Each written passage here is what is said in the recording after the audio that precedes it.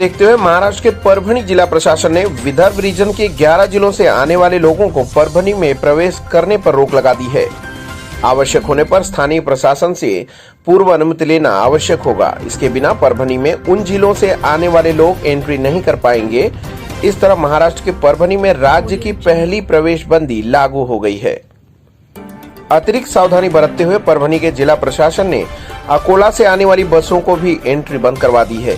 इस आदेश की वजह से बुधवार को अकोला से परभणी के लिए बसें रवाना नहीं हो सकी। आपको बता दें कि अमरावती और अचलपुर में एक हफ्ते से लॉकडाउन लगाया जा चुका है। वर्धा सहित अन्य जगहों में भी कहीं लॉकडाउन तो कहीं कर्फ्यू लागू है। इसलिए सावधानी बरतते हुए परभणी के जिला कलेक्टर ने विदर्भ के 11 जिलों से आने वाले लोगों की एंट्री बैन कर दी है। विदर्भ के 11 जिलों से आने वाले किसी भी तरह के वाहनों को परभणी में प्रवेश नहीं दिया जा रहा है। इन 11 जिलों में नागपुर, चंद्रपुर, गढ़चिरौली, यवतमाल, अमरावती, अकोला, वाशिम, बुल्ढाना, भंडारा, गोंदिया और वर्धा के नाम शामिल हैं। इसके बारे में सूचना जिलाधिकारी DM मुगलीकर ने दी है। परभणी के जिला प्रशासन के इस फैसले से परभणी आने वाले लोगों के मन में नाराजगी पाई जा रही है। यात्रियों का मानना है कि एंट्री बैन करने से पहले परभणी प्रशासन को इस बारे में पूर्व चेतावनी या सूचना देनी चाहिए थी।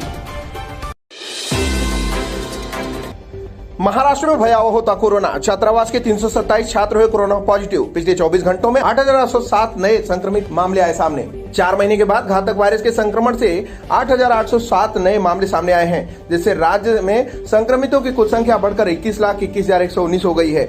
इस बीच राज्य के वाशिम में एक हॉस्टल के 229 छात्र और 3 स्टाफ कोरोना पॉजिटिव पाए गए हैं। जिले के रिसोड तहसील ग्राम देवगांव स्थित निवासी आश्रमशाला के छात्रावास में रहकर ही छात्र पढ़ाई करते हैं, जिनमें 229 छात्रों और 3 स्टाफ कर्मियों की रिपोर्ट कोरोना पॉजिटिव पाई गई है।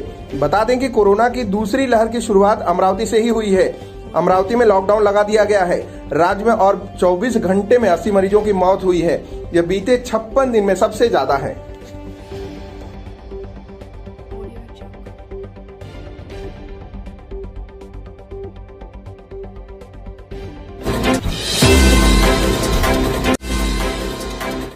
केरल और महाराष्ट्र में कोरोना के मामले तेजी से बढ़ने के बाद तमिलनाडु राज्य में आने वाले यात्रियों के लिए तमिलनाडु सरकार ने होम क्वारंटाइन अनिवार्य कर दिया है। यानी अब महाराष्ट्र और केरल से तमिलनाडु में प्रवेश करने के बाद यात्रियों को होम क्वारंटीन होना पड़ेगा। यह फैसला कोरोना को बेकाबू होने से रोकने के लिए राज्य के स्वास्थ्य विभाग ने लिया है। 24 फरवरी को जारी किए गए एक आदेश में स्वास्थ्य विभाग ने कहा है कि केरल और महाराष्ट्र से तमिलनाडु आने वाले यात्रियों को 7 दिन तक होम क्वारंटीन में रहना होगा। इस दौरान उनके स्वास्थ्य की निगरानी होगी। आदेश में कहा गया है कि दूसरे राज्यों से आने वाले यात्रियों को अगले 14 दिनों तक अपने स्वास्थ्य की निगरानी करानी होगी। किसी प्रकार के लक्षण दिखाई देने की स्थिति में विभाग को जानकारी देनी होगी। विभाग ने यूके, यूरोप, पश्चिम एशिया, दक्षिण अफ्रीका, ब्राजील से आने वाले यात्रियों के लिए हवाई अड्डों पर कोविड के RT-PCR टेस्ट को भी अनिवार्य कर दिया है। यात्रियों को अपनी निर्धारित यात्रा से पहले एक सेल्फ डिक्लेरेशन देना होगा और अगले 14 दिनों की ट्रैवल हिस्ट्री भी बतानी होगी। यात्रा से 72 घंटे पहले कराए गए RT-PCR टेस्ट की रिपोर्ट अपलोड करनी होगी।